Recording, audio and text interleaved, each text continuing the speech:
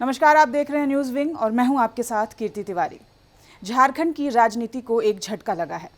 आपको बता दें कि आज सुबह शिक्षा मंत्री जगन्नाथ महतो का चेन्नई के एमजीएम अस्पताल में निधन हो गया। उनके निधन के बाद से पूरे झारखंड ही नहीं बल्कि पूरे देश भर में शोक की लहर है। कैसे थे शिक्षा मंत्री जगन्नाथ महतो, उनका राजनीतिक जीवन कैसा था, इन सभी विषयों पर आज हम चर्चा करेंगे। उस चर्चा में हमारे साथ हैं हमारे पॉलिटिकल एडिटर ज्ञान रंजन जी। झारखंड की राजनीति में चुनाव से ठीक पहले एक करारा झटका, अचानक शिक्षा मंत्री जगन्नाथ महतो का निधन हो गया। क्या लगता है आपको, झारखंड की राजनीति अब क्या कुछ झेलेगी उनके निधन के बाद? देखिए कीर्ति, सबसे पहले तो न्यूज़ विंग की तरफ से हम लोग शिक्षा मंत्री के निधन पर उनको श्रद्धांजलि अर्पित करते हैं। भगवान उनकी आत्मा को शांति प्रदान करे। और जहाँ तक जगन्नाथ महतो जी की बात है, एक जो जमीनी नेता जिसे कहा जाता है, क्योंकि झारखंड में वो 2004 के चुनाव में पहली मर्तबा जीत कर आए। उसके बाद से लगातार वो यहाँ विधायक रहे। इस बार सरकार बनी तो सरकार बनने के बाद उन्हें हेमंत सोरेन की सरकार में शिक्षा और उत्पाद मंत्री का दायित्व दिया गया। और एक ऐसे लीडर थे जिसके बारे में उनके क्षेत्र में कहा जाता था टाइगर, उनको टाइगर नाम दिया गया था। वहाँ के लोग उनको टाइगर के नाम से पुकारते थे। और टाइगर ही नहीं थे, वो एक मास लीडर भी थे। मास लीडर मैं इसलिए कह रहा हूँ कि उस क्षेत्र के बारे में ये कहा जाता है कि जगन्नाथ महतो जहाँ बैठ जाते थे वहाँ समस्याएं खुद ब खुद ग्रामीण क्षेत्रों में सुलझ जाती थी। कोर्ट कचहरी थाना जाने की आवश्यकता नहीं पड़ती थी। वो खुद बैठते थे, पंचायत लगाते थे और पंचायत लगा करके जो छोटी मोटी समस्याएं होती थी उन समस्याओं को वो खुद बैठ के निदान करवाते थे। और इसको लेकर के डुमरी की जनता, जो उनका विधानसभा क्षेत्र है, उनकी मुरीद थी। और ऐसी मुरीद थी कि आप इसी से अनुमान लगाइए ना कि किसी के लिए 4 टर्म तक कंटिन्यू चुनाव जीतना एक क्षेत्र से, वो आपको जो है सो इसको कम नहीं कहा जा सकता है। दूसरी बात, जैसे ही शिक्षा मंत्री बने, इनके सादगी का आपको मैं एक उदाहरण देता हूँ। जैसे ही शिक्षा मंत्री बने, शिक्षा मंत्री के बाद बनने के बाद विपक्ष की तरफ से ये आरोप लगाया गया कि एक मैट्रिक पास आदमी को जो है शिक्षा मंत्री बना दिया गया। और उन्होंने खुद जा करके बोकारो में कॉलेज में इंटर के लिए एडमिशन लिया और वो उसको स्वीकार किया, हाँ मैं हूँ लेकिन मैं काम करूँगा। और जहाँ तक शिक्षित होने का बात है तो शिक्षा ग्रहण करने के लिए कोई उम्र नहीं होती है। तो ये सादगी उनका दर्शाता है। तीसरी सबसे बड़ी बात कि जब से झारखंड अलग राज्य बना और सर्व शिक्षा अभियान जब से चालू हुआ, पूर्व प्रधानमंत्री अटल बिहारी वाजपेयी जी के समय से यह चालू हुआ था, उसके बाद पारा शिक्षकों की नियुक्ति हुई थी। लगातार पारा शिक्षक इसको लेकर के आंदोलन कर रहे थे, लाठियां भी खाई थी। पिछले सरकार के लिए वो पिछली सरकार के यानी भाजपा की हार में एक नकेल का काम किया था वो। तो पारा शिक्षकों के जो मुद्दे थे, उस मुद्दे को आप देखें, पारा शिक्षकों का आंदोलन बंद हो गया था। तो ये उनके काबिलियत को दर्शाता है। इसके अलावा और भी कई चीज़ें थी। खास तौर पर मुझे याद आता है कि जब वो विधायक थे 2004 में पहली मर्तबा जीत कर आए और कद्दावर नेता लालचंद महतो को हरा कर आए थे। लालचंद महतो जब अलग राज्य बना था तो उस समय जो खेला उन लोगों ने बाबूलाल मरांडी की सरकार को गिराने के लिए किया था, ये झारखंड की जनता भली भांति जानती है। उस लालचंद महतो को हराकर जगन्नाथ महतो आए थे और इनके अंदर में विनोद बिहारी महतो की छवि भी दिखाई देती थी। विनोद बिहारी महतो झारखंड अलग राज्य के प्रखर ये थे। वो झारखंड अलग राज्य के लिए लगातार आंदोलन किए थे। शिबू सोरेन उनके साथ बाद में जुड़े थे, उनके सानिध्य में इन्होंने काम किया। राजकिशोर महतो जो गिरिडीह से सांसद थे, जो विनोद बिहारी महतो जी के ही सुपुत्र थे, उनके साथ इन्होंने काम किया, लंबे अरसे तक काम किया। और पहले इन्होंने अपनी राजनीति की शुरुआत समता पार्टी से की थी। 2000 के चुनाव में वह समता पार्टी के टिकट से ही चुनाव लड़े थे एकीकृत बिहार के समय। उस चुनाव में इनकी हार हो गई थी और इसके बाद फिर वो पीछे नहीं हटे। समता पार्टी से अलग होने के बाद गुरुजी के सानिध्य में आए और उन्होंने झारखंड मुक्ति मोर्चा को ज्वाइन किया। और तब से लेकर आज तक एक कह सकते हैं कि झारखंड मुक्ति मोर्चा के अच्छे सिपाही होकर रह गए। का यही वजह था कि कई महतो नेता थे जो मंत्रिमंडल में शामिल होने की काबिलियत रखते थे, चाहे वो मथुरा महतो हो या अन्य जो भी झारखंड मुक्ति मोर्चा के साथ है। उन्हें नहीं लेकर के हेमंत सोरेन ने विश्वास जताया था जगन्नाथ महतो पर जी।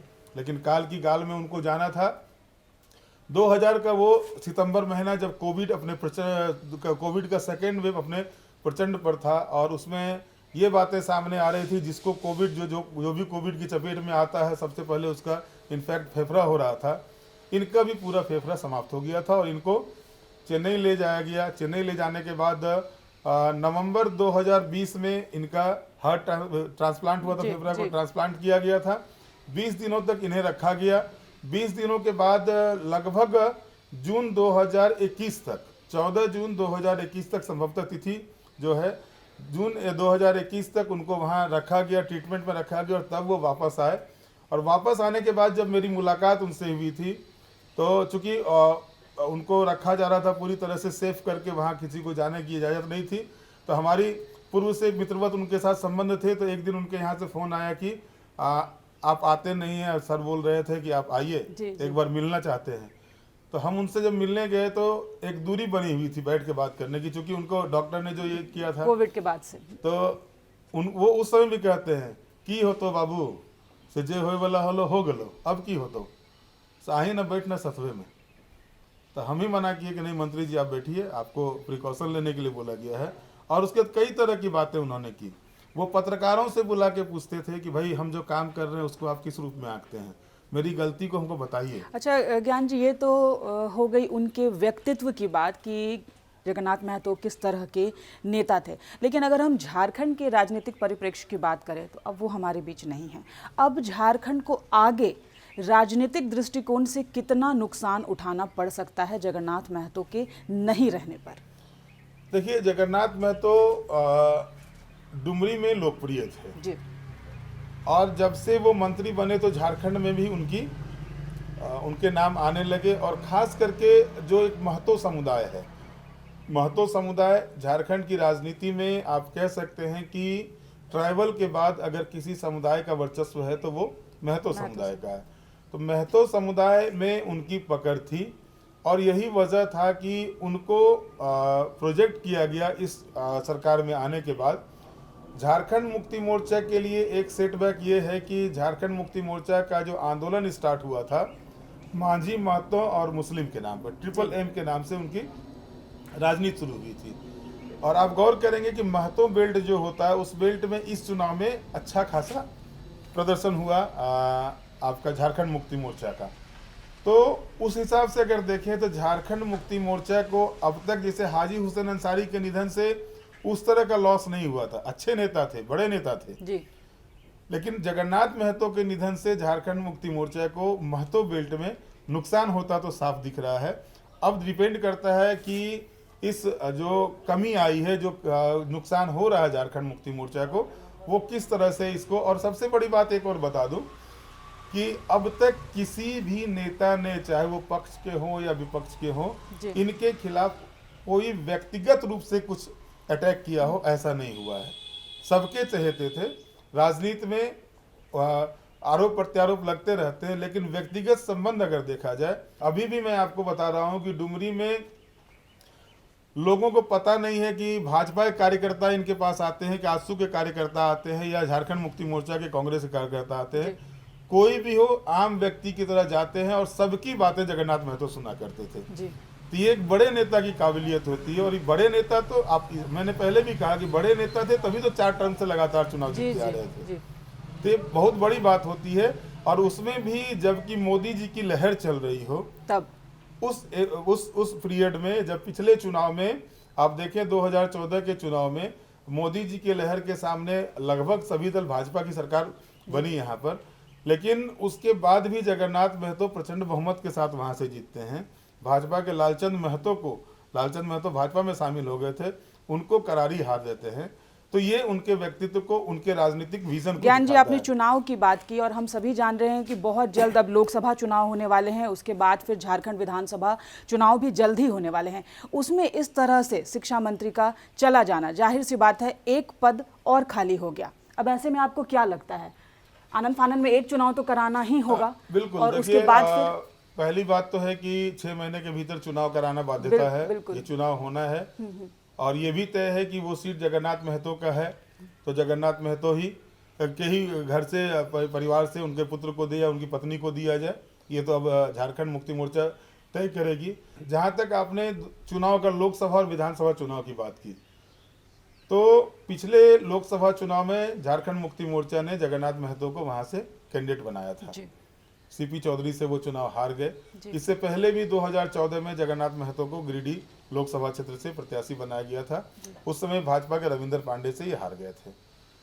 तो ये एक तरह से शो करता है कि जो 6 विधानसभा क्षेत्र गिरिडीह लोकसभा क्षेत्र के अंतर्गत आते हैं, तो सभी विधानसभा क्षेत्रों में इनकी स्वीकार्यता नहीं भी, तभी तो चुनाव ये हारे। लेकिन अब है कि डुमरी में ये स्वीकार हैं और ये 4 टर्म से दिख रहा है जी। तो अब जहां तक है कि 6 महीने के भीतर चुनाव होने हैं, चुनाव होने में और उनकी पत्नी तैयार होती या बेटा उनका जो है, एक बेटा है, अगर वो तैयार होते हैं तो दोनों में से किनको झारखंड मुक्ति मोर्चा कैंडिडेट बनाता है, ये तो उसके ऊपर निर्भर करता है। लेकिन एक अपूर्णीय क्षति अगर कहा जाए तो इस मायने में कोई दो राय नहीं है कि झारखंड की राजनीति में जगन्नाथ महतो के जाने से अपूर्णीय क्षति हुई। और हेमंत सोरेन मुख्यमंत्री ने भी ट्वीट करके इस तरह की, सबसे पहले उन्होंने ही जानकारी दी कि हमारे टाइगर नहीं रहे, इस तरह का था।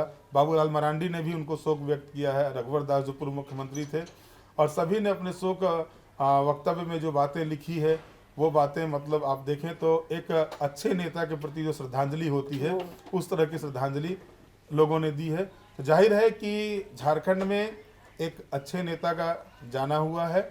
और सबसे बड़ी बात मैं बताता हूं कि इतना तबीयत खराब रहने के बाद भी जब जून 2021 में वापस लौट के आए, और उसके बाद जब आप देखें कि विधानसभा का शीतकालीन सत्र हुआ तो उस समय बोला गया कि आप इसमें नहीं बोलें। उन्होंने कहा कि नहीं मैं ठीक हूं, मैं तो जवाब दूंगा। और उन्होंने शिक्षा विभाग का एक दिन पूरा का पूरा क्वेश्चन ही शिक्षा विभाग से था। शीतकालीन सत्र में 4 दिनों का सत्र था और शिक्षा विभाग का ग्रुप का क्वेश्चन आया था। लगभग 6-7 सवालों का जवाब उन्होंने दिया। और आपको जानकर आश्चर्य होगा कि एक भी विधायक ने उनके जवाब पर किसी तरह की आपत्ति की। तो ये उनका था। वो मैं बताया, मेरी जब बात हो रही तो उन्होंने कहा कि मैं तो अभी भी पढ़ता हूँ, पूछता हूँ अधिकारियों से, मैं सीखता हूँ। इसी बीच में एक दिन आबकारी नीति को लेकर के कुछ मामले हुए थे। मुझे याद है कि विनय चौबे जी सेक्रेटरी हैं, उनको रात में 8 बजे उन्होंने अपने आवास पर बुलाकर उनसे पूरी बातें ली कि भाई क्या हो रहा है, कैसे हमारा रेवेन्यू घटा है, इसको आप ऊपर कीजिए, नहीं तो इसको ठीक कीजिए।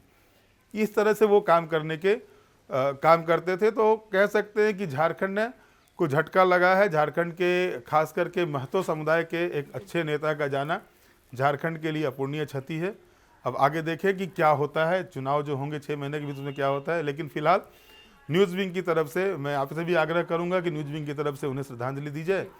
और आगे अब उनका सब अब कब तक आता है, लौट के आता है, जो जानकारी मिली है कि आज उनका सब वापस आएगा, फिर विधानसभा में उनको श्रद्धांजलि दी जाएगी।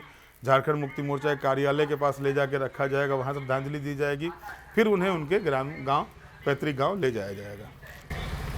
तो जाहिर सी बात है, एक ऐसा नेता हमें छोड़कर अब जा चुका है जो न सिर्फ जनता का प्रिय था, सत्ता पक्ष के लोगों का प्रिय था, बल्कि विपक्ष का भी वो प्रिय था। अब उनके जाने से जो क्षति हुई है उसकी भरपाई कैसे होगी ये तो आने वाला वक्त बताएगा। लेकिन फिलहाल हम इतना ही कह सकते हैं कि झारखंड की राजनीति में जो ये अपूर्णीय क्षति हुई है, इसकी भरपाई करना बहुत मुश्किल है, क्योंकि जगन्नाथ महतो जैसा नेता शायद ही दूसरा अब झारखंड में कोई जन्म ले। तो न्यूज़ विंग की तरफ से ऐसे नेता को भावभीनी श्रद्धांजलि। इस नए साल में भी हमारा साथ होगा, दिलों में वही विश्वास होगा, है हमारा वादा, अब बनाएं इंडिया को मजबूत ज्यादा। Wish you all a very, very happy new year.